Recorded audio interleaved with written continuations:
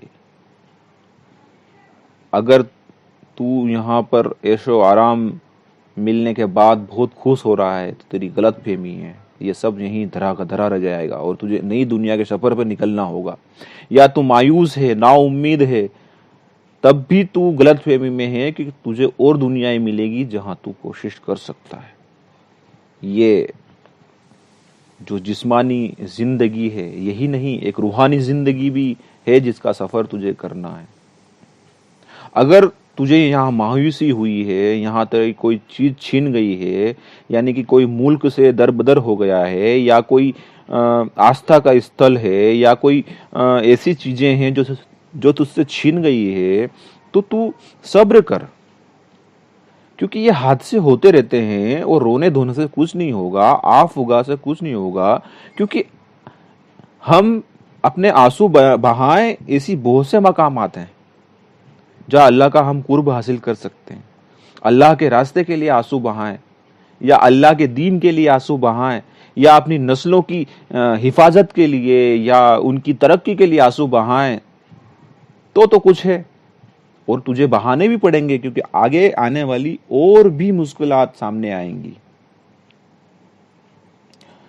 اور اگر تیرے آسیانے اجڑ گئے ہیں یا اجاڑ دیے گئے ہیں تو مایوسی میں چلا گیا ہے، نہیں نہیں نہیں، تجھے دنیا میں اس لیے نہیں بھیجا گیا ہے، تجھے کوشش کرنی ہے اور تجھے آگے بڑھتے رہنا ہے، جد و جہد کرتے رہنا ہے، عشق کرتے رہنا ہے، مرد کامل تک پہنچنا ہے، اپنی خودی کو بلند کرنا ہے، خود شناسی کرنی ہے، اور صرف یہیں آنسو بہا کر یہیں ڈھیر نہیں ہو جانا ہے۔ اگر تیرا آشیانہ کسی نے اجاڑ دیا ہے یا تیری غلطیوں کی وجہ سے اجڑا ہے تو پھر سے بچے گا، اور یہاں نہیں تو کہیں اور بسے گا، کیونکہ اللہ کی راہ میں اگر آنسو بہائے گا تو شکی اور سکون میسر ہوگا، ورنہ ہر جہاں کے سفر میں تجھے مشکلات کا سامنا کرنا پڑے گا۔ عزیز طلبہ، علامہ اقبال کی شاعری بہت ہی گہرائی سے سمجھنے کی ضرورت ہوتی ہے۔ ہم اور ہمارا تخیل جتنا ہے ہم اس بنیاد پہ ہی سمجھ سکتے ہیں، لیکن دور حاضر کو دیکھتے ہوئے پوری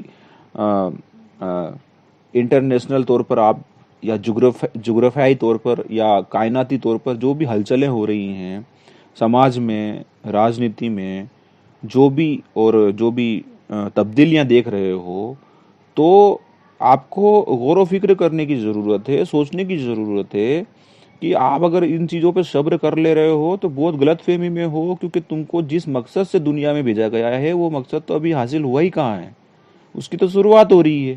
ابھی تو تم کو بہت منزلیں طے کرنی ہے، اور اگر تمہارا اس جد و جہد میں کوئی آسیانہ اجڑ گیا ہے تو رونے دھونے کی کیا ضرورت ہے؟ کوشش کرو، پھر مل جائے گا، پھر سے اٹھ کھڑے ہو جاؤ گے، پھر سے بلندی حاصل کرو گے۔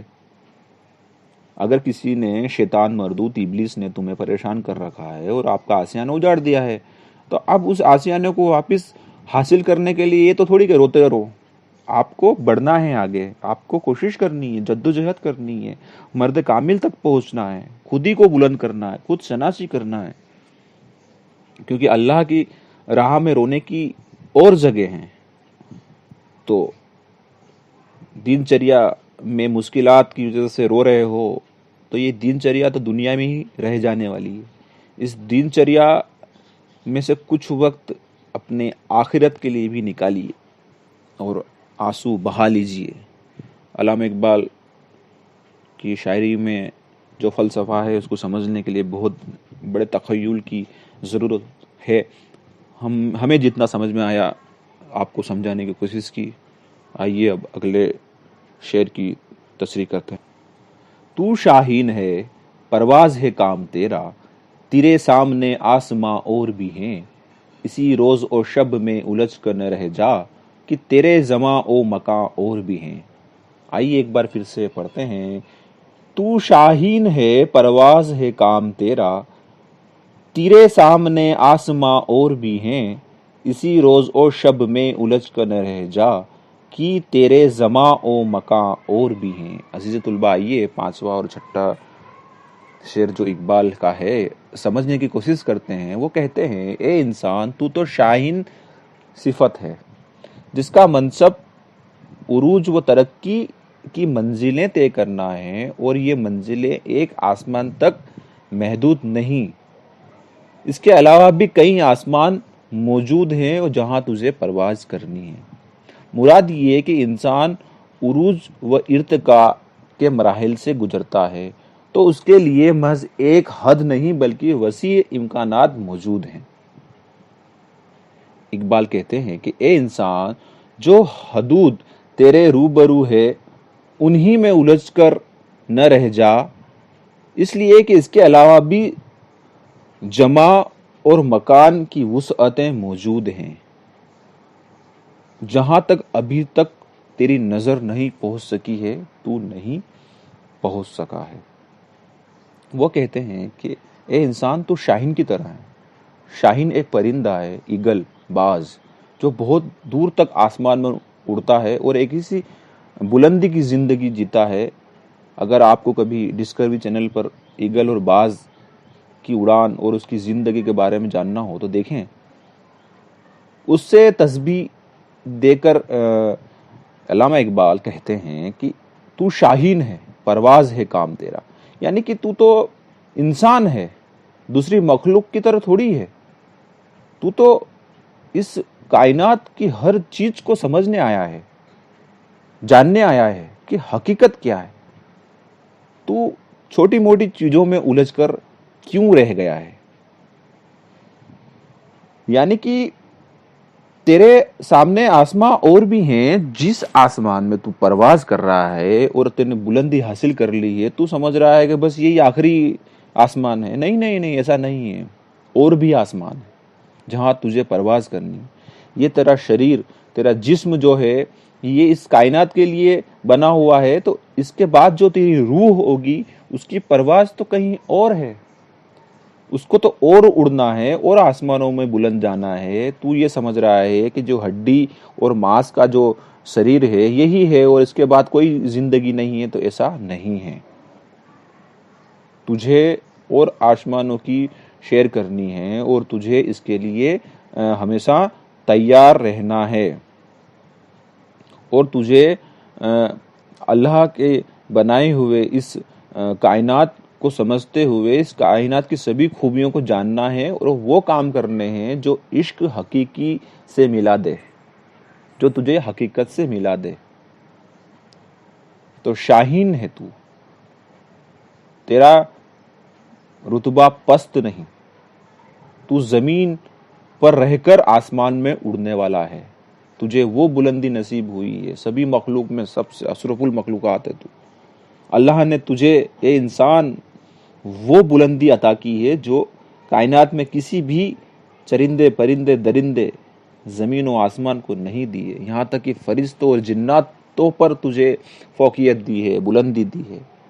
یہاں تک کہ فرشتوں نے تجھے سجدے کیے ہیں، ابلیس کو سجدہ کرنے کا بولا تو وہ ناراض ہو گیا، اور تیرے ہی دم سے پوری داستان لکھی گئی اللہ کے یہاں پر. تو اپنے آپ کو صرف اس کائنات کے محدود دائرے میں باندھ کر جی رہا ہے، تو غلط فہمی میں ہے. اور اگر جاننا ہو تو قرآن پاک کا مطالعہ کر، حدیث کا مطالعہ کر، تجھے سارے کا سارے راز کھل جائیں گے کہ تو شاہین ہے یا انسان ہے یا ایک عام سی مخلوق ہے.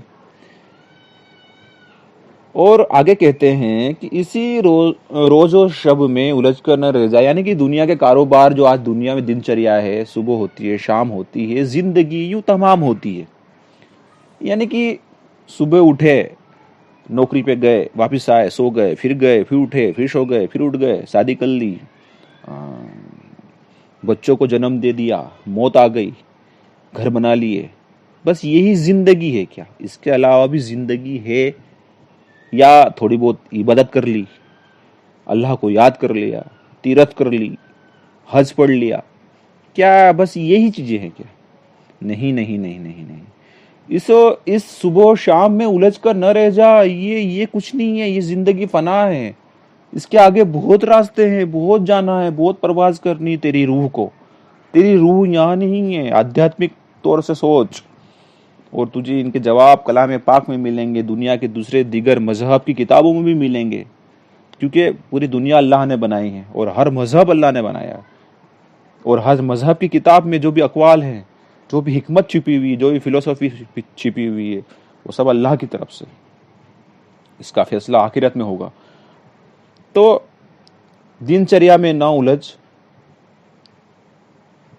پیشہ کمانے میں ہی سب کچھ نہیں ہے، اس کے علاوہ بھی بہت کچھ ہے. تیرے زماں و مکان اور بھی ہیں، یعنی کہ ابھی تجھے جنت کے راستے، دوزخ کے راستے، عالم ورجخ کے راستے، سدرۃ المنتہا کے راستے، عرش عظیم کے راستے، زمین و آسمان کے راستے، ساری کی ساری کائنات اور جتنی بھی چیزیں ہیں جو اللہ نے بنائی ہیں، اس سب کے راستے طے کرنے ہیں. ابھی تو کہاں اس دنیا کے جھمیلوں میں پڑا ہوا ہے؟ تجھے سماج، راجنیتی، آرتھک پرستھتی دکھتی ہے. بچے پیدا کرنا ہے، بڑے کرنا ہے، شادی کرنی ہے، تیرتھ کرنا، یہ تھوڑی ہے. اس کے علاوہ بھی بہت سی چیزیں ہیں جو تجھے عمل میں لانی ہے. تو اس حقیقت سے ابھی آسنا ہے ہی نہیں، تجھے کوئی بتانے والا نہیں ہے، کیونکہ بتانے والے کب سے جا چکے ہیں. اور جو اب ہمیں بتا رہے ہیں وہ صرف اور صرف دنیا داری والے ہیں.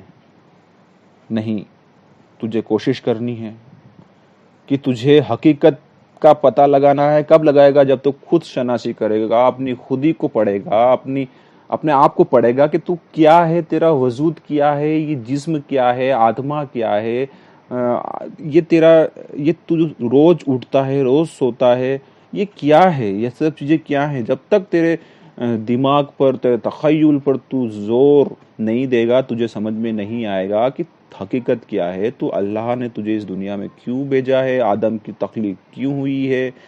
دیگر مذہب میں بھی یہی لکھا ہوا ہے.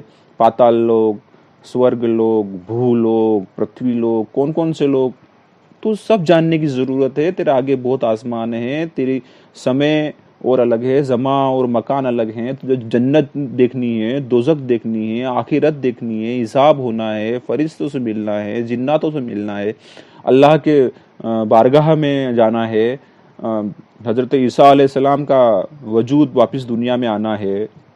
کتنی چیزیں ہیں، ابھی تو کہاں الجھا ہوا ہے. اس لیے عشق کر، جد و جہد کر، عمل کر، اچھے کام کر، تاکہ تجھے ان آسمانوں میں پرواز کرنے ملے اور تجھے وہ مقصد اللہ عطا کرے جس مقصد کے لیے اس پوری کائنات کی تخلیق کی گئی تھی. بڑے بڑے کام دینے ہیں، اور تیرا کام تو اڑنا ہے، پرواز کرنا ہے. یہ زمینوں پہ رہ کے کیڑوں مکوڑوں کی طرح زندگی جینا اور مر جانا، یہ کس نے کہا؟ یہ زندگی نہیں ہے. کوئی ایک نیتا آئے گا اور وہ سب کچھ کام کر دے گا، ایسا کچھ نہیں. ہر انسان اپنے آپ میں نیتا ہے، ہر انسان اپنے آپ میں مرد کامل بن سکتا ہے، ہر انسان اس رتبے پہ پہنچ سکتا ہے جو آپ کے بزرگ پہنچ چکے ہیں. یہ غلط فہمی ہے کہ کوئی ولی آئے گا، کوئی رسول آئے گا یا کوئی پیغمبر آئے گا، ارے وہ تو آئیں گے کیونکہ اللہ نے ان کو بھیجا تھا، لیکن اس کے بعد تم کو تو ان کے جیسا بننا ہے. جب تک تمہیں ان چیزوں کا معلوم نہیں ہوگا تب تک تم ایسے ہی رہو گے. اس کو جاننے کے لیے آپ کو بغور قرآن پاک کا اور حدیث کا مطالعہ کرنا پڑے گا، معنی و مفہوم کے ساتھ پڑھنا پڑے گا، نہ کہ صرف عبادت کے لیے. قرآن عبادت کے لیے ضرور ہے، لیکن اس کے اندر جو لائن ہیں، جو آیات ہیں، ان آیتوں کا مفہوم کیا ہے، کیا کہنا چاہتا ہے اللہ اپنے رسول کے ذریعے، یا یہ آپ کو سمجھنے کی بہت ضروری ہے میرے بچوں. اور میں امید کرتا ہوں کہ علامہ اقبال کو میں سمجھانے کی کوشش کر رہا ہوں. ہو سکتا ہے میرا ذہن محدود ہو، آپ کو مجھ سے میری باتیں ہیں اس سے بھی زیادہ سوچنا ہے، تشریح کرنا ہے، غور و فکر کرنا ہے، عمل کرنا ہے، اور اس رتبے تک پہنچنا ہے جس کی حقیقت قرآن میں ہے. آدم سے لگا کر محمد صلی اللہ علیہ وسلم تک جو بھی واقعات ہوئے ہیں غور و فکر کرنا ہے، اور ان آسمانوں کے بارے میں جاننا ہے جہاں کا سفر تمہیں کرنا ہے. اور اس دین چریا میں مت الجھو، اپنے ضروری کام کو نپٹا کر غور و فکر کرو، سمجھو. آئیے اب آخری شعر کی بھی تشریح کر. گئے دن کی تنہا تھا میں انجمن میں، یہاں اب میرے راجداں اور بھی ہیں. آئیے ایک بار پھر سے پڑھتے ہیں. گئے دن کی تنہا تھا میں انجمن میں، یہاں اب میرے راجداں اور بھی ہیں. عزیز طلباء، علامہ اقبال ایک فلسفی شاعر ہیں، اور ان کے فلسفوں کو سمجھنا بہت ہی مشکل ہے، کیونکہ اگر آپ کا تخیل بلند نہیں ہے، آپ نے اگر دنیا کے تمام فلسفوں کو نہیں پڑھا ہے، دنیا کے تمام مذہبی کتابوں کو نہیں پڑھا ہے، تاریخ اسلام اور دنیا کی تاریخ کا مطالعہ بغور نہیں کیا ہے، تو آپ کو علامہ اقبال کی باتیں اتنی جلدی سمجھ میں نہیں آئے گی. اور آپ نے قرآن اور حدیث کا مطالعہ مفہوم کے ساتھ، معنی کے ساتھ نہیں کیا ہے، تب بھی آپ کو یہ چیزیں سمجھ میں نہیں آئے گی. علامہ اقبال کہتے ہیں کہ گئے دن کی تنہا تھا میں انجمن میں. یہ بات کہنے کی ضرورت اس لیے ہے کہ علامہ اقبال کا جو فلسفہ ہے بہت ہی مشکل ہے، سمجھنا مشکل ہے. یہاں اب میرے رازداں اور بھی ہیں، لیکن اب ان کو تسلی ہے کہ میری باتیں لوگوں کو سمجھ میں آنے لگ گئی. جو میں کہنا چاہتا ہوں، میں نے تا عمر بغور گہرائی سے قرآن و حدیث کا مطالعہ کیا، اور انہی باتوں کو اشاروں و کنایوں میں اپنی شاعری کے اندر تشبیہات اور اشتعارات کی مدد سے پیش کرنے کی کوشش کی ہے، تلمیحات کی مدد سے پیش کرنے کی کوشش کی ہے. اب مجھے پورا یقین ہے کہ میری باتوں کو سمجھنے والے اس دنیا میں ہیں. مجھے خوشی ہے، مجھے امید جگ گئی ہے کہ جو میں کہنا چاہتا ہوں میری شاعری کے اندر، اس کو سمجھنے والے آ گئے ہیں اس دنیا کے اندر.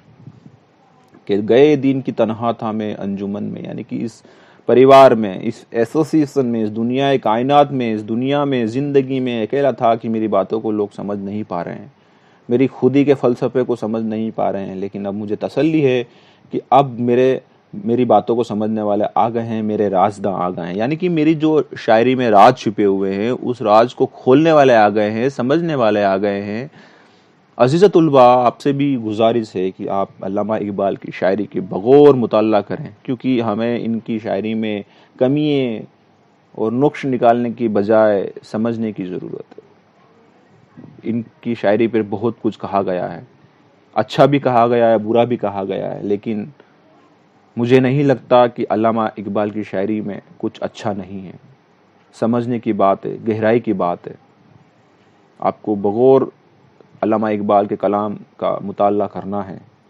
خلاصہ کلام یہ ہے کہ عزیز طلباء، اس غزل کے اندر علامہ اقبال اپنے خودی کے فلسفے کو اور دنیا کے لوگوں کو، قوم مسلمان کو حوصلہ افزائی کر رہے ہیں کہ مایوس مت ہو، امید رکھیں، پرواز کریں، جد و جہد کریں، عشق کریں، اور مرد کامل بننے کی کوشش کریں، اور اللہ کو پانے کی کوشش کریں، حقیقت کو جاننے کی کوشش کریں. تجھے اس کارواں کی دنچریا میں کھو نہیں جانا ہے، تجھے کوشش کرنی ہے. اگر تجھ سے اپنا آشیانہ چھین گیا ہے یا چھین لیا گیا ہے تو نا امید نہ ہو، اور بھی آشیانے تجھے میسر آئیں گے، کیونکہ پوری کائنات تیرے صدقے ہی ہے. آدم کے صدقے ہی ہے. پوری کائنات کو بنایا گیا ہے اور اس کائنات کو آدم کے لیے ہی بنایا گیا، تخلیق کیا گیا ہے.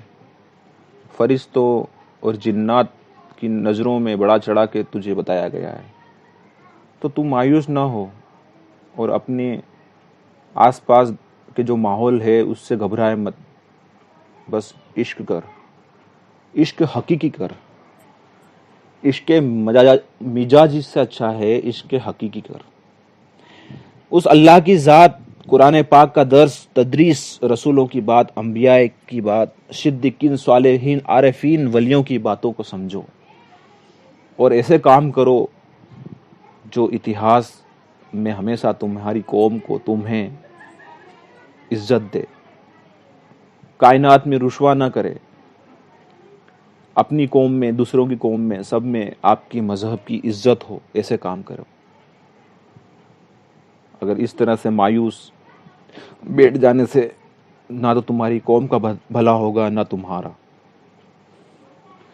بس میں جتنا اس شاعری سے سمجھ سکا تھا وہ آپ کو میں نے بتایا ہے.